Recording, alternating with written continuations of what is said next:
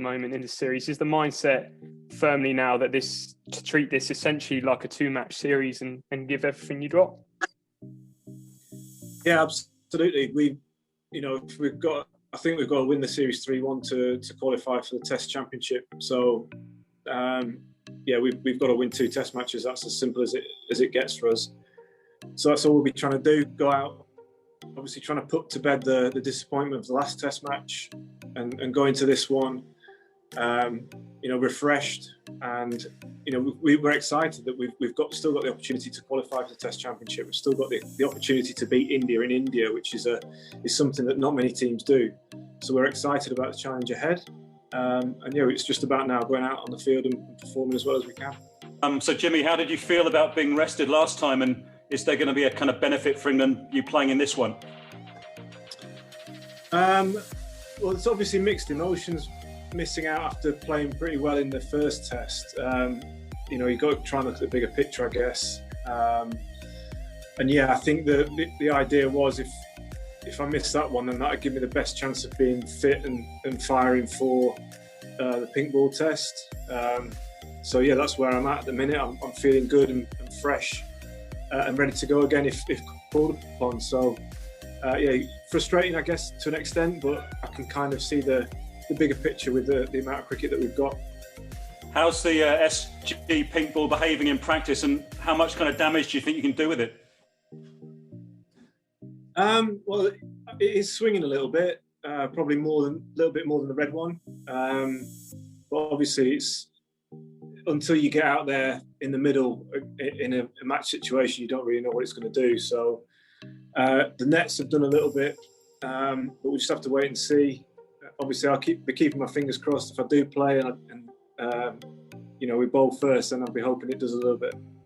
Yeah, you've played all 3 of England's day-night Test matches, Jimmy, in Edgbaston, Adelaide, and also in Auckland, and done pretty well, haven't you? I mean, 5 in Edgbaston, 6 in Adelaide, and the Auckland Test match you got 3. It was dominated by Bolton Southey. So, is Seam going to dominate this Test match, you think, with the pink ball again? Again, it's hard to predict because obviously the pitch at the minute has got grass on it, but I'm pretty sure that it's not going to be there when we turn up on the match day. So we just have to wait and see what happens. Like I said, we as seam bowlers, you prepare for the ball to bowl as best you can in any given conditions.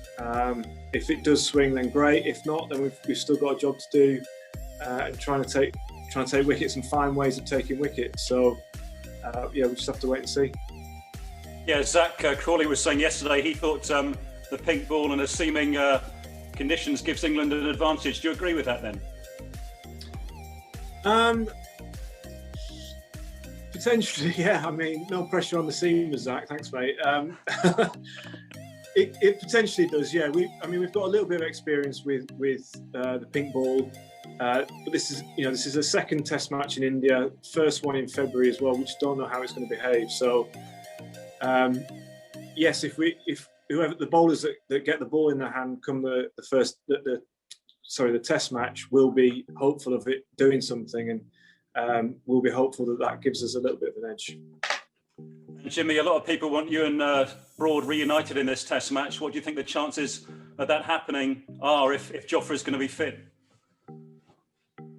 Well, yeah, it's again another sort of tricky one to predict, really. We're fortunate at the minute. We've got so many good fast bowlers in our group. Seeing Ollie Stone do brilliantly in that last Test match was brilliant. And if Jofra's back fit, Mark Wood's back out here, so we've got a lot to choose from. So all we can do is prepare as best we can. And obviously, me and Stuart do love bowling together. Whether that happens again, we'll have to wait and see.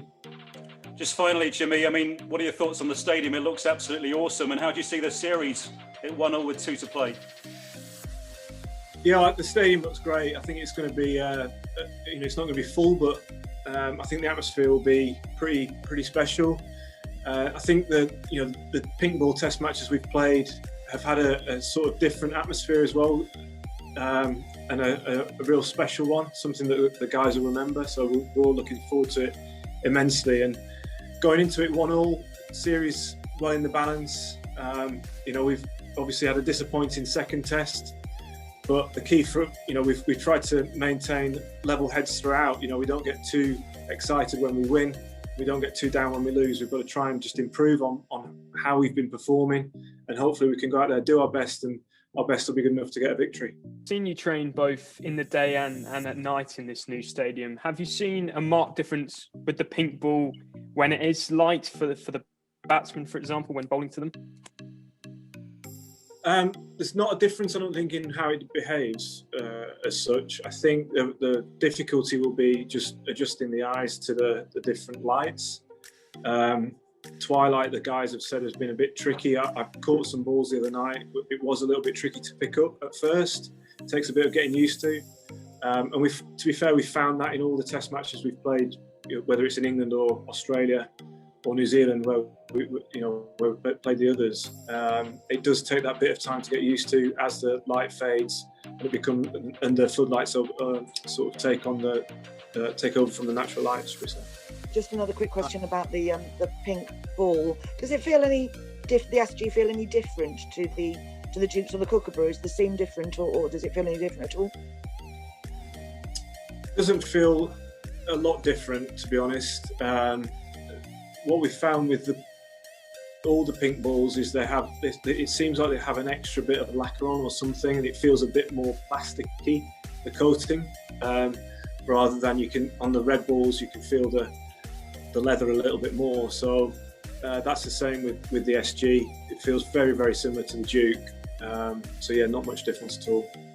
And do you think it might just level things out a bit? I mean, I think the toss was pretty important in the first two tests. We just said earlier about if we bowl first, as though that might not necessarily be a bad thing. So I think it might just be a bit slightly more level playing field with regard to the toss and that sort of thing. Potentially, yeah.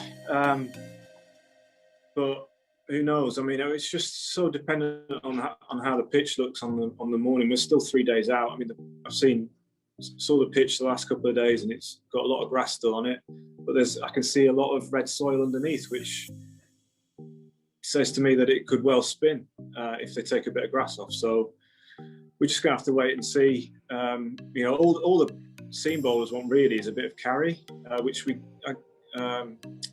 haven't really had throughout the series. It's just obviously much more suited to spin bowlers. So we'll just have to wait and see. We'll keep our fingers crossed that it is a little bit more. There's a bit more in it for the seamers.